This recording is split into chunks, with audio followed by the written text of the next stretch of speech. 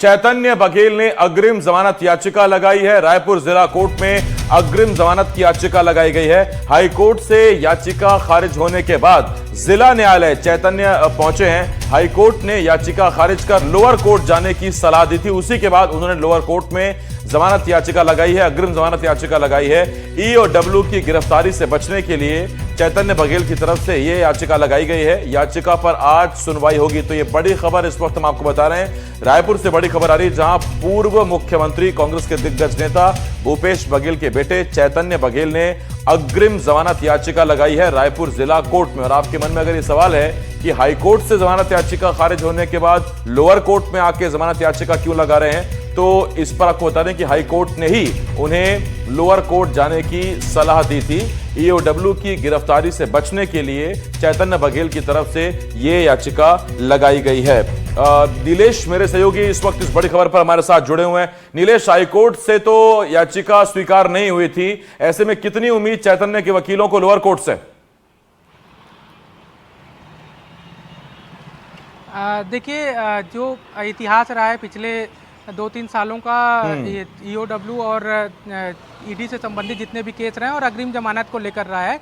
हालांकि कोर्ट का अपना फैसला है, कोर्ट कुछ भी निर्णय दे सकती है, उस पर हमको कुछ भी नहीं कहना चाहिए। लेकिन इतिहास ये कहता है कि अग्रिम जमानत के मामले, इन सब केसेस जितने भी अभी तक लगे हैं, चाहे शराब घोटाला की बात हो, छत्तीसगढ़ में कोल घोटाले की बात हो, या फिर अन्य अलग अलग घोटालों के मामलों में, उसको खारिज ही किया गया है।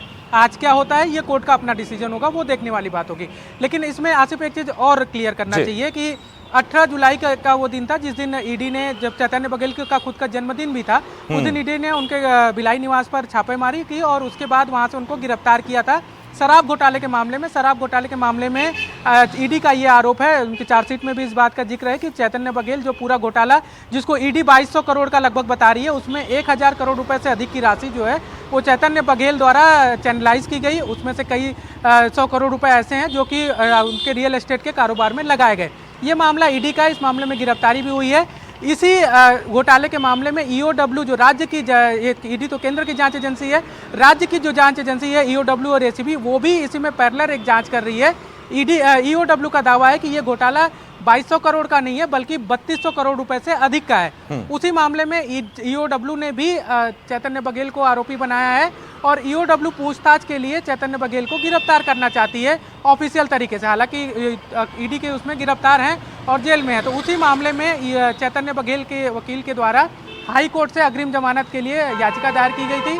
हाई कोर्ट ने इसमें वहां पर खारिज करके कहा कि जो प्रक्रिया है उसके तहत आपको पहले लोअर कोर्ट में अग्रिम जमानत के लिए लगाना है और अग्रिम जमानत का लोअर कोर्ट का जो फैसला होगा उससे अगर आप संतुष्ट नहीं होंगे तो फिर उच्च जो प्रक्रियाएं हैं कि दूसरे न्यायालयों में आप जाएं, जो उच्च न्यायालय है उससे, तो वो उस पर जाएंगे। तो उसी के तहत यही मेरा सवाल था नीलेश, क्योंकि विधिक विशेषज्ञ तो आप भी नहीं है, मैं भी नहीं हूं, लेकिन क्या विधि विशेषज्ञों से आपकी बात हुई क्या?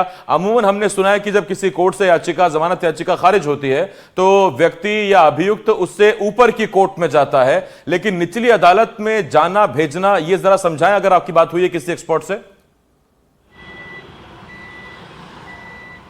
देखिए, वहाँ वही चीज़ वो कह रहा था आसिफ, मेरी बात हुई है उनके जो संबंधित वकील हैं या फिर अन्य जो लोग हैं, उनका भी यही कहना था कि चूंकि एक प्रक्रिया है किसी भी मामले में जमानत लेने को लेकर, तो इस मामले में आपको पहले लोअर कोर्ट में जमानत याचिका अगर खारिज हो जाती है, उसके बाद हाई कोर्ट में जमानत याचिका लगाई जाती है अग्रिम, तो फिर हाई कोर्ट अपना निर्णय देता है कि या तो उसको ये कहकर कि जमानत नहीं देनी है करके खारिज करता है या फिर जो भी उसका निर्णय होता है। लेकिन इस मामले में हाई कोर्ट ने जो खारिज की है वो इस दलील के साथ खारिज की है कि आप सीधे हाई कोर्ट आए हैं, सीधे हाई कोर्ट ना आकर पहले आप लोअर कोर्ट में अप्लाई करिए, लोअर कोर्ट का जो फैसला होगा अगर आप उससे संतुष्ट नहीं होंगे तो फिर हाई कोर्ट आइएगा।